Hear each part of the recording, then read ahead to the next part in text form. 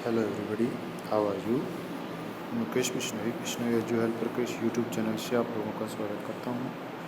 Dear students, last time हम लोगों ने इंडिया जीके का जैन एवं बौद्ध धर्म और हड़प्पा सभ्यता के बारे में जो प्रीवियस ईयर्स के अंदर आए हुए क्वेश्चन हैं वो डिस्कस किए थे, और उसी के अंदर आगे के कुछ क्वेश्चन जो इंडिया जीके के अंदर अपने पास है वो है 6ठी शताब्दी ईस्वी पूर्व से जो बाद का भारत है वहाँ से। चलिए आप लोगों के साथ इस वीडियो को शुरू करते हैं। और फर्स्ट क्वेश्चन आप लोगों के पास है, देखिए, बिंबिसार किस साम्राज्य के राजा थे। तो बिंबिसार जो है हर्यंक वंश के राजा थे। नेक्स्ट क्वेश्चन है, अजातशत्रु का बेटा था। अजातशत्रु जो है बिंबिसार का बेटा था। इसने अपने पिता को मार करके गद्दी से हटा करके राजा बना था। ये लास्ट वीडियो में हमने इसके बारे में डिस्कस किया था, जो बौद्ध धर्म से रिलेटेड पॉइंट हम कर रहे थे वहाँ। नेक्स्ट क्वेश्चन है, सिकंदर महान, तो ये 356 ईस्वी पूर्व में पैदा हुए थे, और हाइडेस्पीज या फिर झेलम नदी के किनारे पोरस और सिकंदर का युद्ध हुआ था। ये हमने लास्ट वीडियो में डिस्कस किया था। क्या कहते हैं, सिकंदर ने हाइडेस्पीज के युद्ध में पोरस को हराया था। तो ध्यान रहेगा, हाइडेस्पीज को ही यूनानी के अंदर लैंग्वेज के अंदर जो झेलम नदी है उसको ही बोला गया है हाइडेस्पीज। तो हाइडेस्पीज और झेलम का जो नदी के किनारे जो युद्ध हुआ था एक ही चीज़ है, ध्यान रहेंगे बात। सबसे महत्वपूर्ण जनपद कौन सा था। तो ये मगध जनपद जो है सबसे महत्वपूर्ण था। 16 जनपदों में से एक गंधार की राजधानी कहाँ थी। तो गंधार की राजधानी तक्षशिला थी। जो वर्तमान का अफगानिस्तान है वो उस टाइम का गंधार था, तो वहाँ की राजधानी जो थी तक्षशिला थी। प्राचीन भारत के व्यापारियों के संघ को श्रेणी कहते थे, यानी कि व्यापारियों का जो समूह होता था उसको श्रेणी बोला जाता था। नेक्स्ट अपने पास क्वेश्चंस है, भारत में सबसे पुराना लौह युग जुड़ा हुआ है। लौह युग जो है चित्रित धूसर मृद भांडों के साथ जुड़ा हुआ है। ध्यान रहेगा, चित्रित धूसर मृद भांडों के साथ ये जो है जुड़ा हुआ है लौह युग। इससे पहले जो है जो हमने हड़प्पा सभ्यता के बारे में डिस्कस किया था, वहाँ पर सोना चांदी कांस्य के प्रमाण मिलते हैं, लेकिन इसके जो लोहा है इसके प्रमाण अपने को नहीं मिलते। इसकी डिटेल देख लेते हैं। लोहे की प्राचीनता संबंधित इतिहास।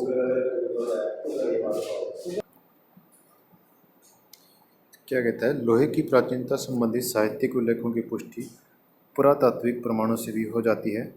दही क्षेत्र, अतरंजी खेड़ा, आलमगीरपुर, मथुरा, रोपड़, सरस्वती आदि स्थलों से लौह युगीन संस्कृति के अवशेष प्राप्त हुए हैं।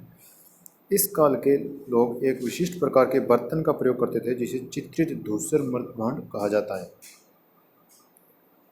नेक्स्ट है अपने पास 6ठी शताब्दी ईसा पूर्व मगध में किसका विशाल भंडार था। तो ये जो अपने पास, सॉरी एक सेकेंड, लोहे का विशाल भंडार था ये मगध के पास।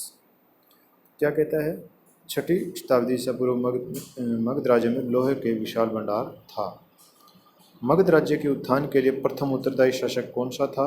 तो ये अपने पास बिंबिसार जो है वो उत्तरदायी था इसके लिए। तो इसकी डिटेल देखते हैं। क्या कहते हैं, बिंबिसार मगध की गद्दी पर 544 ईस्वी पूर्व में बैठा था। इसने राजगृह का निर्माण कर उसे अपनी राजधानी बनाया। यह बौद्ध धर्म का अनुयायी था जिसे चंडप्रद्योत या अवंती का शासक की सेवा में अपने राजवेद जीवक को भेजा था। यानी कि इसने इस खुद का जो इसका राजवेद था जीवक, उसको अवंती के शासक की सेवा में भेजा था। बिंबिसार की हत्या उसके पुत्र अजातशत्रु ने कर दी थी। बिंबिसार मगध के उत्थान के लिए बिंबिसार ही उत्तरदायी था। नेक्स्ट है, उस राज्य का नाम बताइए जिसने पहली बार युद्ध में हाथियों का इस्तेमाल किया था। तो ये मगध राज्य ही था जिसने हाथियों का इस्तेमाल किया था, क्योंकि यहाँ के जंगलों में हाथी बहुतायत में पाए जाते थे। तो इसका राइट आंसर जो अपने पास है मगध जो है सही आंसर इसका रहेगा।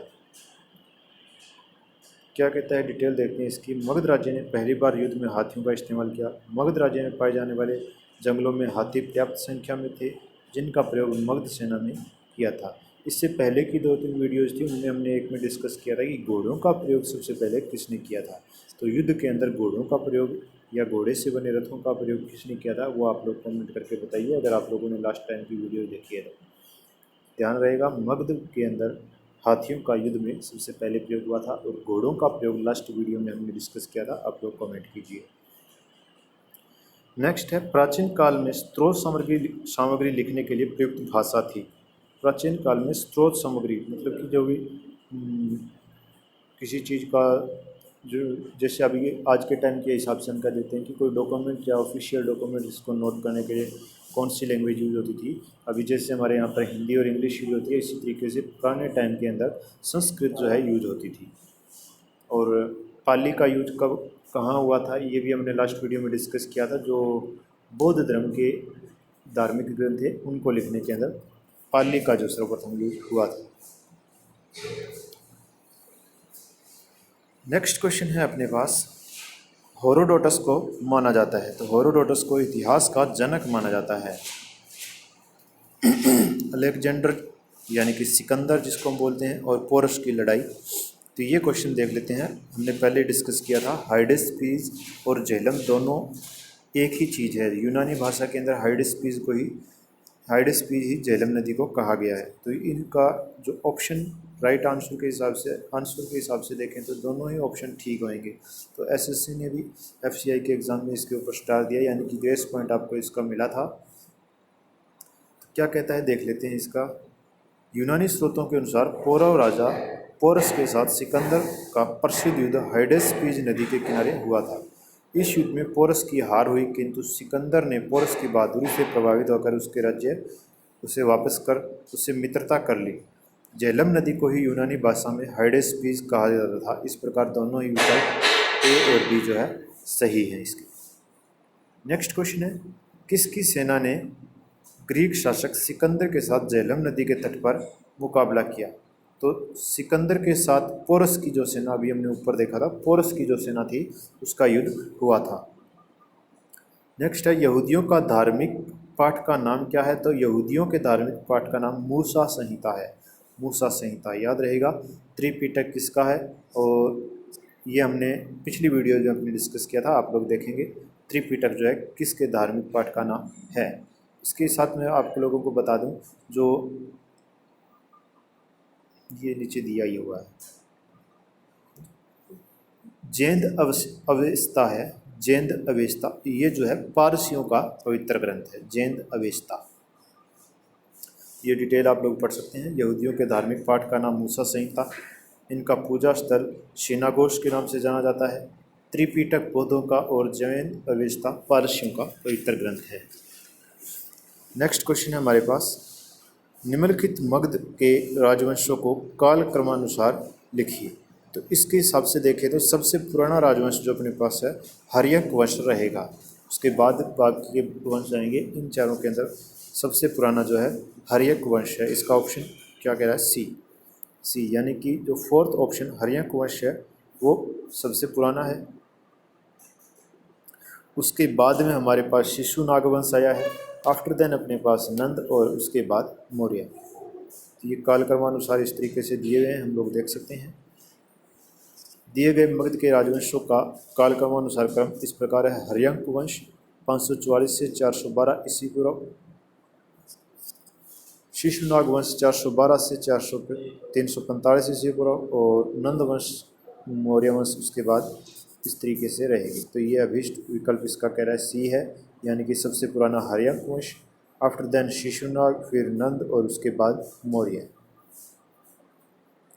नेक्स्ट क्वेश्चन है हमारे पास, महाभाष्य लिखा था। तो महाभाष्य पतंजलि ने लिखा था।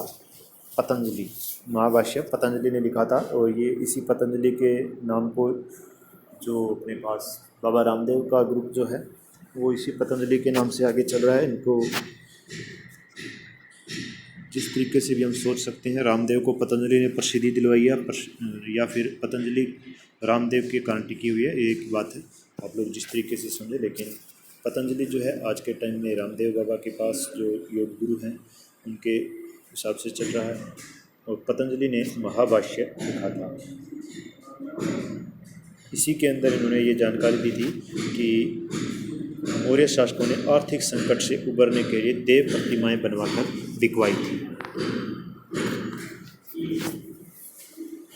नेक्स्ट क्वेश्चन अपने पास है, निम्नलिखित नामों में से प्राचीन भारत के चिकित्सीय त्रय की पहचान कीजिए। यानी कि तीन चिकित्सकों का, प्राचीन भारत के तीन चिकित्सकों का समूह कौन सा था। प्राचीन भारत में आप लोगों ने सुना होगा, जो चरक संहिता सुना होगा, सुश्रुत संहिता सुना होगा। ये तीनों तो अपने पास चिकित्सा से रिलेटेड है, दोनों चिकित्सा से रिलेटेड है। पतंजलि जो है ये योग से रिलेटेड थी। पतंजलि ऋषि ने योग से रिलेटेड जो अपनी किताब में बातें की थी, और एक अभी ऊपर इनकी किताब आई थी, आप लोगों ने देखा था महाभाष्य, ये इनकी किताब थी, लेकिन ये चिकित्सा से रिलेटेड नहीं थी। तो इसके अंदर हिसाब से देखें तो भरत जो अपने पास आप लोगों ने पढ़ा होगा, भारत का नाम भरत के नाम से ही पड़ा है, प्राचीन एक राजा का नाम था। तो इसके हिसाब से देखें तो इसका सही ऑप्शन सी रहेगा, चरक, सुश्रुत और वाग्भट। ये तीनों ही चिकित्सकीय त्रय के नाम से जाने जाते हैं। तो इसका ऑप्शन सी, ये तीनों ही चिकित्सा आयुर्वेद में सिद्धहस्त थे।